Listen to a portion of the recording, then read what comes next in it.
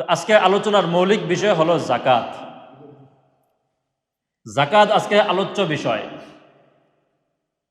কাদের ওপর যাকাত ফরজ হয়, কত টাকা থাকলে যাকাত ফরজ হয়, যাকাত দিলে কি ফজিলত, না দিলে কি ক্ষতি, দুনিয়ার ভিতরে কি লাভ আর দুনিয়াবি কি ক্ষতি, যাকাত দিলে দুনিয়াতে কি লাভ। আমরা তো আবার দুনিয়াতে কোনো লাভ ছাড়া কোনো কাজ আমরা করি না। যেই কাজে লাভ থাকে ওই কাজই আমরা করি, লাভ ছাড়া কোনো কাজ আমরা করি না। তো আল্লাহ রব্বুল আলামিন এই যাকাতের মাধ্যমে ইহকালীন দুনিয়াবি কি লাভবান দিয়েছেন, কি লাভ দিয়েছেন, আর না দিলে কি ক্ষতি দিয়েছেন। দিলে আখেরাতে কি পাওয়া যাবে, না দিলে আখেরাতে কি শাস্তি পাওয়া যাবে, এই বিষয়ে আজকে আলোচনা বিষয়। وقال الله تعالى في آية أخرى وأقيموا الصلاة وآتوا الزكاة وما تقدموا لأنفسكم من خير تجدوه عند الله إن الذين آمنوا وعملوا الصالحات وأقاموا الصلاة وآتوا الزكاة لهم أجرهم عند ربهم ولا خوف عليهم ولا هم يحزنون صدق الله العلي العظيم وقال رسول الله صلى الله عليه وسلم بني الإسلام على 5 شهادة أن لا إله إلا الله وأن محمد رسول الله وإقام الصلاة وإيتاء الزكاة والحج وصوم رمضان أو كما قال عليه الصلاة والسلام আলহামদুলিল্লাহ আলহামদুলিল্লাহ আলহামদুলিল্লাহ। আজকে আলোচনার বিষয় যদিও ছিল বদর বিষয়ে, বদর যুদ্ধ নিয়ে আলোচনা করার ইচ্ছা খুবই ছিল। বাকি এই বিষয়টা একটা দুইটা জমাতে শেষ করা সম্ভব নয়। বদর আলোচনা অনেক বড় আলোচনা, রমজান মাসের সাথে বদর যুদ্ধের বড় একটা সম্পর্ক আছে। ইনশাল্লাহ এটা পরবর্তীতে হয়তো রমজান ছাড়া কোনো এক জমায় ধারাবাহিক আলোচনা করা হবে। তো আজকে আলোচনার মৌলিক বিষয় হলো যাকাত। যাকাত আজকে আলোচ্য বিষয়। কাদের ওপর যাকাত ফরজ হয়, কত টাকা থাকলে যাকাত ফরজ হয়, যাকাত দিলে কি ফজিলত, না দিলে কি ক্ষতি, দুনিয়ার ভিতরে কি লাভ আর দুনিয়াবি কি ক্ষতি, যাকাত দিলে দুনিয়াতে কি লাভ। আমরা তো আবার দুনিয়াতে কোনো লাভ ছাড়া কোনো কাজ আমরা করি না। যেই কাজে লাভ থাকে ওই কাজই আমরা করি, লাভ ছাড়া কোনো কাজ আমরা করি না। তো আল্লাহ রব্বুল আলামিন এই যাকাতের মাধ্যমে ইহকালীন দুনিয়াবি কি লাভবান দিয়েছেন, কি লাভ দিয়েছেন, আর না দিলে কি ক্ষতি দিয়েছেন। দিলে আখেরাতে কি পাওয়া যাবে, না দিলে আখেরাতে কি শাস্তি পাওয়া যাবে, এই বিষয়ে আজকে আলোচনা বিষয়। হয়তো আজকের জুমাতে আলোচনা শেষ হবে না, যেহেতু এটা খাতা কলমে বুঝিয়ে দেওয়ার বিষয়। যাকাত কাদের কাদের উপর ফরজ, কত টাকা, বর্তমান বাজার মূল্য কত, স্বর্ণের মূল্য কত, রূপার মূল্য কত, একটা হিসাব বের করে দিতে হবে। তো প্রাথমিকভাবে আমি আলোচনা করি, যাকাত আসলে ইসলামের মৌলিক 5টা বিধানের মাঝে একটি বিধান। রাসূল বলেন, বুনিয়াল ইসলামু আলা 5 শাহাদাতি আল্লা ইলাহা ইল্লাল্লাহ ওয়া আন্না মুহাম্মাদার রাসূলুল্লাহ ওয়া ইকামিস সালাতি ওয়া ইতাইজ যাকাত ওয়াল হজ্জি ওয়া সাওমি রমাদান। এই হাদিসে রাসূল বুনিয়াল ইসলামু আলা 5, ইসলামের স্তম্ভ 5টি। শাহাদাতি আল্লাহ ইলাহা ইল্লাল্লাহ ওয়া আন্না মুহাম্মাদার রাসূলুল্লাহ 1 নাম্বার। প্রথম তো হলো কালিমা, আল্লাহ এবং তার রাসূলের প্রতি বিশ্বাস রাখা। এটা না করলে তো সে মুসলমানই হলো না, মুসলমান।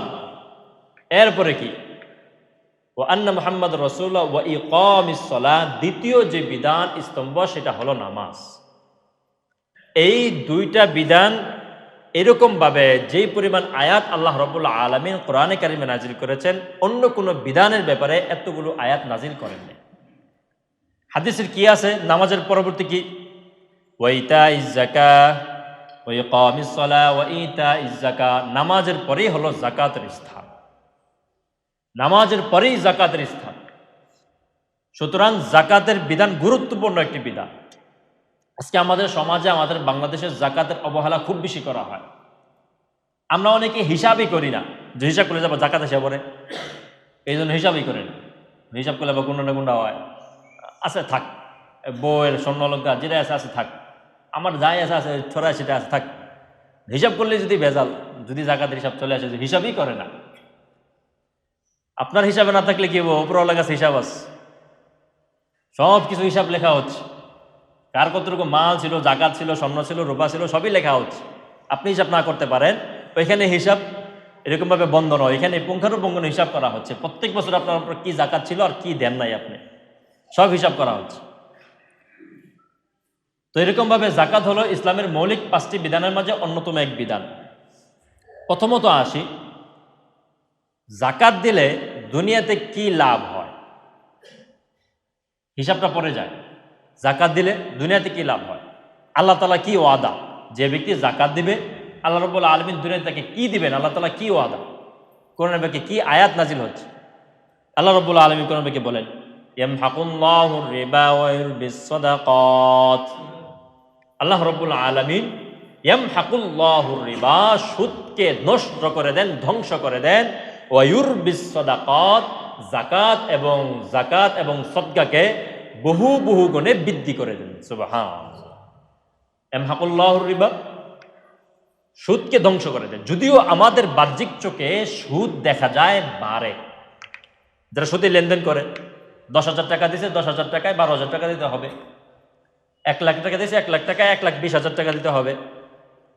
কোরআনে কারিমের স্পষ্ট আয়াত, যেখানে সন্দেহ তো করা যাবেই না। যদি কেউ এই আয়াতে সন্দেহ করে তার ঈমান থাকবে না।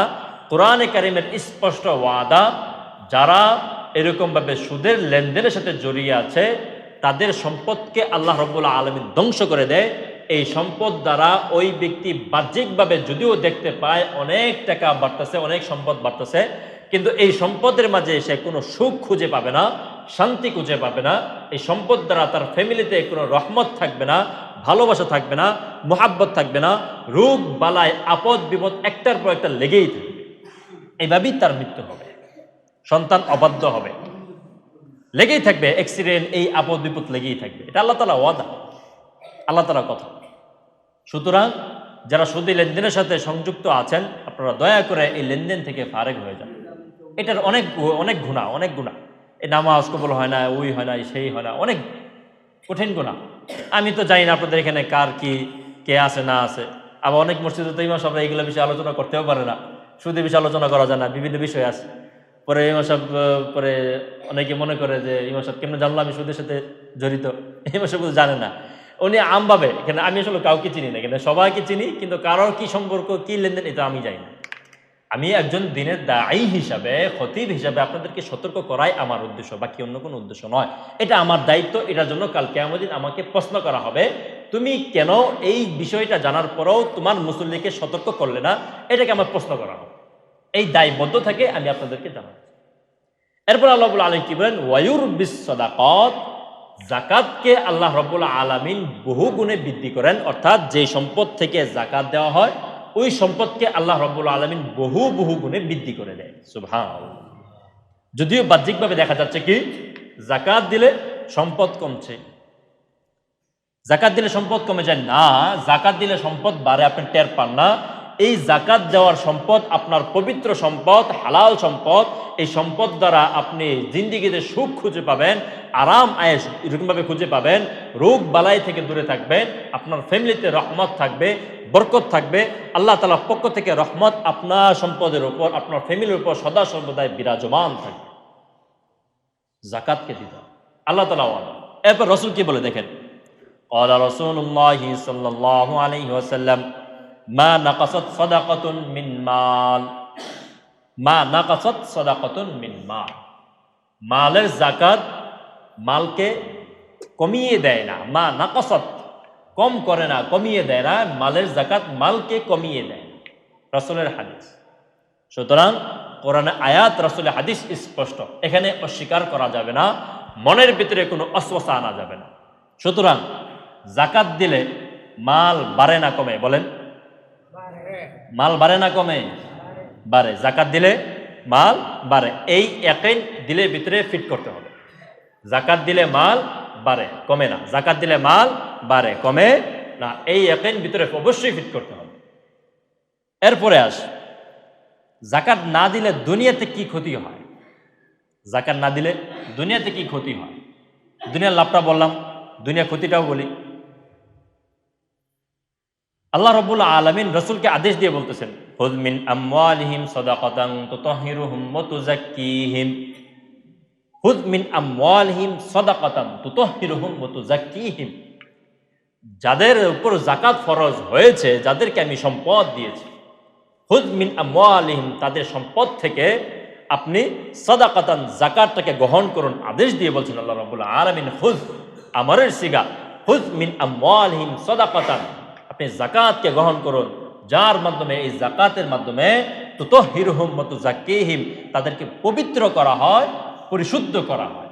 সুতরাং যাকাত দিলে আমার সম্পদ পবিত্র হয়, না দিলে আমার সম্পদ অপবিত্র হয়। যাকাত না দিলে আমার সম্পদ অপবিত্র হয়, সেটা হালালভাবে কামাই করে আর হারামভাবে। হারামভাবে কামাই করলে তো পুরোটাই হারাম। হালালভাবে কামাই করার পরও যদি আমি যাকাত না দেই, সেই যাকাতটা যদি মাল থেকে যাকাত না দেই, ওই অর্জিত সম্পদ অপবিত্র হয়ে যায়। ওই অপবিত্র সম্পদ দ্বারা আমার ফ্যামিলির মাঝে কোনো পারে না, আমার ফ্যামিলি থেকে আমি ভালো কিছু আশা করতে পারি না। কোরআনের আয়াত। এরপরে কি?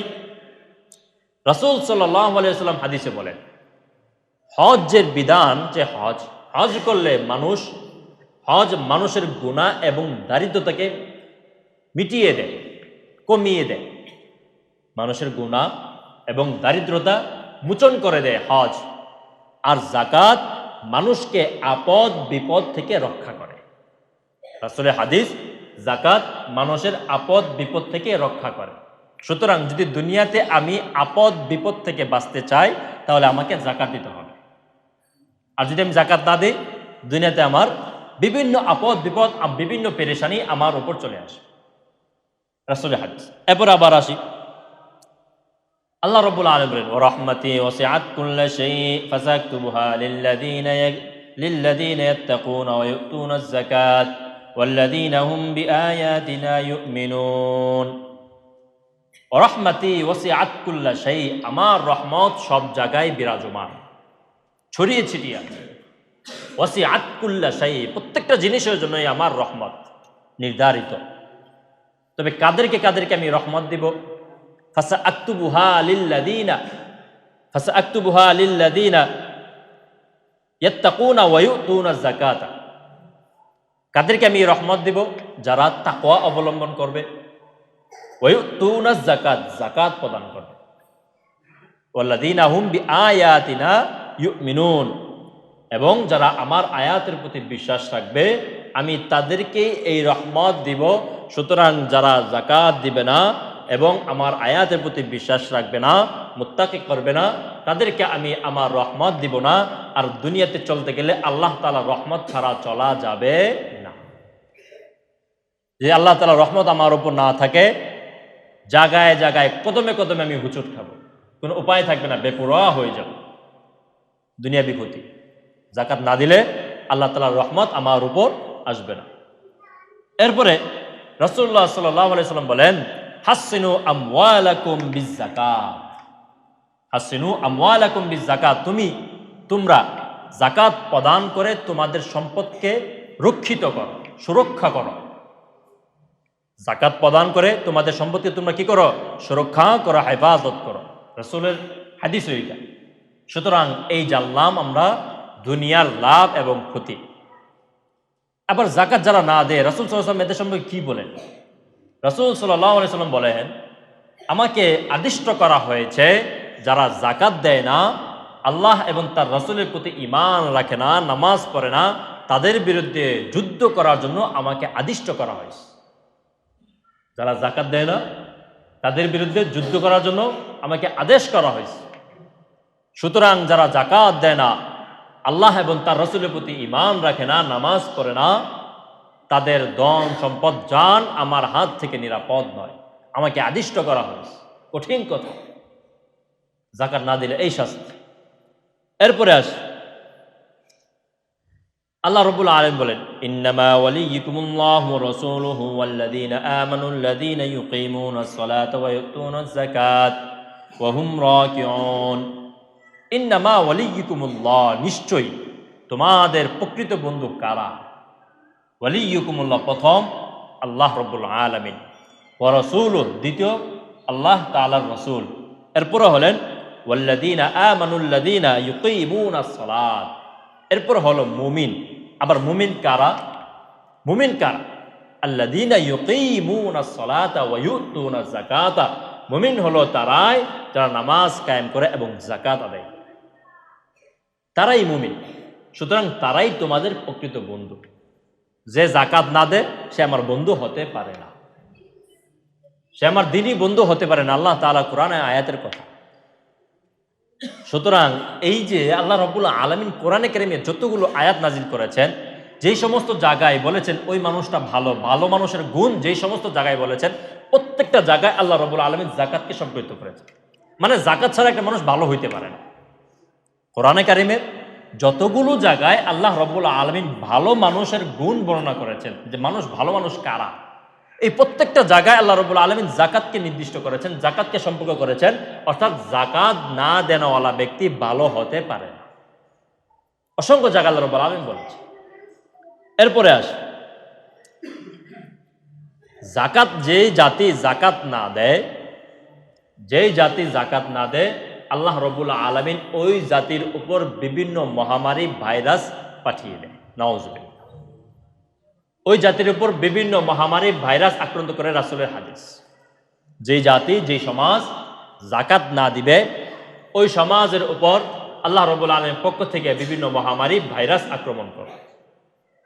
আবার রাসূলের আরেক হাদিস হলো, যেই সমাজে যেই ব্যক্তিরা যাকাত না দিবে, আল্লাহ রাব্বুল আলামিন যাকাত না দেওয়ার কারণে দুনিয়াতে জলস্থলে এবং জমিনে ফসল আদি এগুলোকে আল্লাহ রাব্বুল আলামিন নষ্ট করে দিবেন, এগুলোকে নষ্ট করে দিবেন।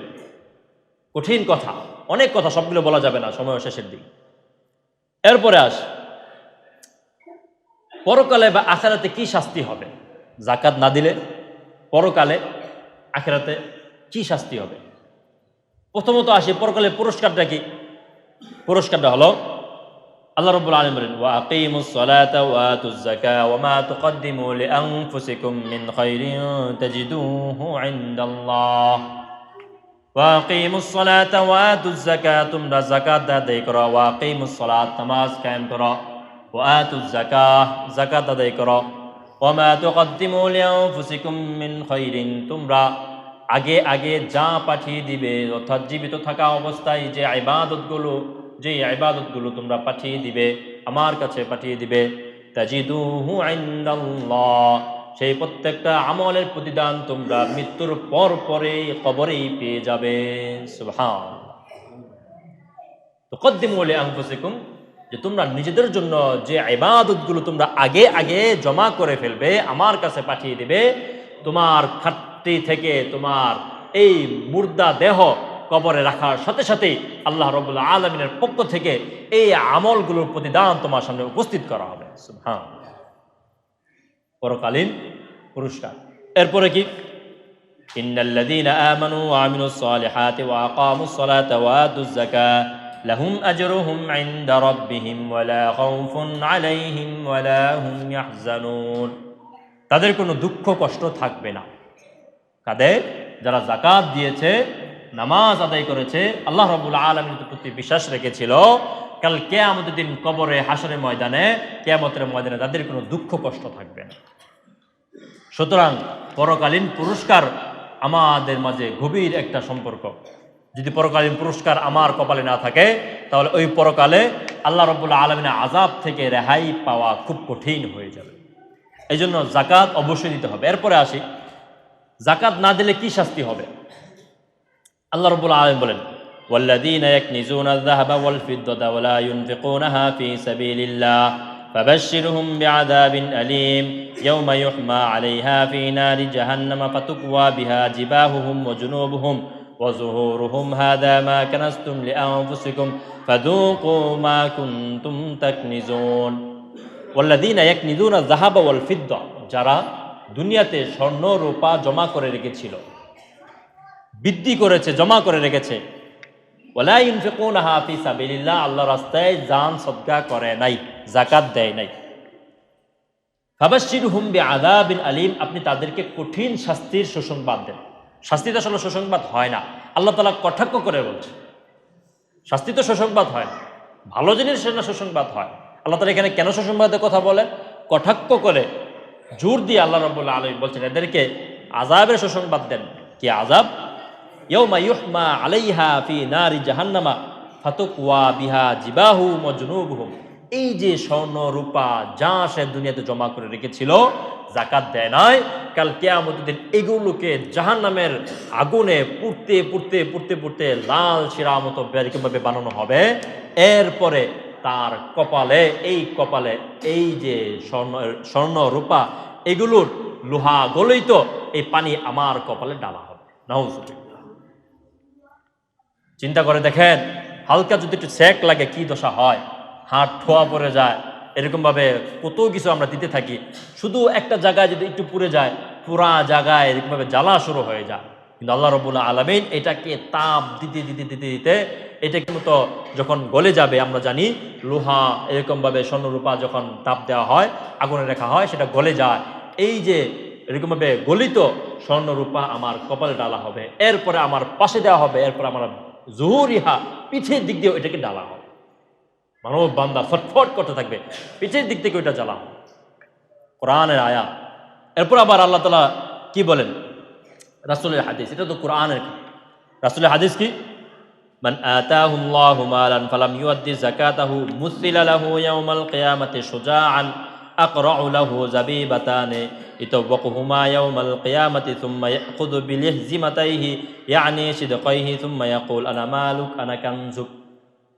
রাসূলের স্পষ্ট হাদিস, মান আতাহুল্লাহু মালান, আল্লাহ রাব্বুল আলামিন যাকে ধন সম্পদ দিলেন, নেশাব পরিমাণ মান দিলেন, যাকাত ফরজ হওয়ার মতো সম্পদ আল্লাহ রাব্বুল আলামিন যাকে দিলেন, ফালাম ইউআদ্দি যাকাতাও, কিন্তু সে যাকাত দেয় নাই, মুসিলা লাহু ইয়াউমাল কিয়ামাতি শুজাআন, এই যে যাকাত না দেওয়ার কারণে এই সম্পদগুলো দ্বারা আল্লাহ রাব্বুল আলামিন বিশাল বড় একটা অজগর সাপ বানাবেন।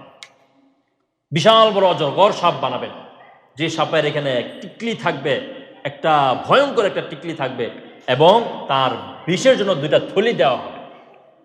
সাপের বিষের দুইটা থলি থাকবে। আমরা তো যেভাবে সাপগুলো দেখি, এগুলো তো কোনো থলি থাকে না, তার বিষ ভিতর থেকে আসে। কিন্তু না, ওই সাপকে বিষ বোঝার জন্য, আলাদাভাবে বিষ প্রয়োগ করার জন্য তাকে দুইটা থলি দেওয়া হবে। দুইটা থলি বিশিষ্ট বিষাক্ত সাপ, কালো দাগ বিশিষ্ট বিষাক্ত সাপ, তাকে ওই যাকাত না দেওয়ালা না দেনেওয়ালা ব্যক্তির সামনে আসবে, তাকে পেঁচাবে, পেঁচানোর পর তাকে ছোবল দিবে। কিভাবে? এই যে চোয়াল, এই চোয়ালের মাঝখানে এইভাবে ছোবল দিবে, পেঁচিয়ে সে এভাবে এসে এই চোয়ালের মাঝখানে ছোবল দিবে। আসলে স্পষ্ট হাদিস। এত কঠিন শাস্তি যাকাত না দেওয়া, এটা হলো এক শাস্তি। আর এক শাস্তি কি? যে কিয়ামতের দিন যারা যাকাত না দিবে এদেরকে এই যাকাতের বেরি পরানো হবে, শিগল একে পরায়ে পরায়ে হেসরি হেসরি তাকে নেওয়া হবে। সবগুলো হাদিস আয়াত আমি এখানে বলছি না, সংক্ষেপে বলে শেষ করে দিচ্ছি। এরপরে কি? যারা পশু প্রাণী এগুলোর যাকাত দেয় নাই, কোন পশু প্রাণীর উপর যাকাত আসবে এগুলো ইনশাআল্লাহ সামনে জমাতে আলোচনা করা হবে, আজকে যেহেতু সময় নাই।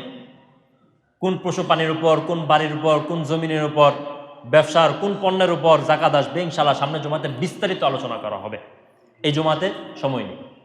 তো যেটা বলতেছে রাসূলের হাদিস, যারা পশু প্রাণীর যাকাত দেয় নাই, অর্থাৎ কারো গরু আছে বা কারো ছাগল আছে বা কারো উট আছে, এগুলোর যদি সে যাকাত না দেয়, কাল কিয়ামতের দিন আল্লাহ রাব্বুল আলামিন এগুলোকে বিশাল আকার ধারণ করবে। দুনিয়ার মধ্যে এরকম ছোট ছোট হবে না, বিশাল আকার ধারণ করবে, বড় বড় শিং থাকবে। সে দূর থেকে এই শিং তাক করে তার মালিকের দিকে আসবে, এসে শিং দিয়ে সে আহত করবে এবং তার মালিককে পা দ্বারা পিষ্ট করে ফেলবে, পাড়ায় পাড়া পিষ্ট করে ফেলবে। উট হতে পারে, গরু হতে পারে, ছাগল হতে পারে। এই হলো শাস্তি। আরেক হলো উত্তপ্ত পাথর। যারা যাকাত তাদের আসলে হাদিস, এই যাকাতের মালটাকে পাথরের আকার ধারণ করে জাহান্নামে এরকমভাবে তাপ দিয়ে গরম করা হবে। এইটা কই দেওয়া হবে?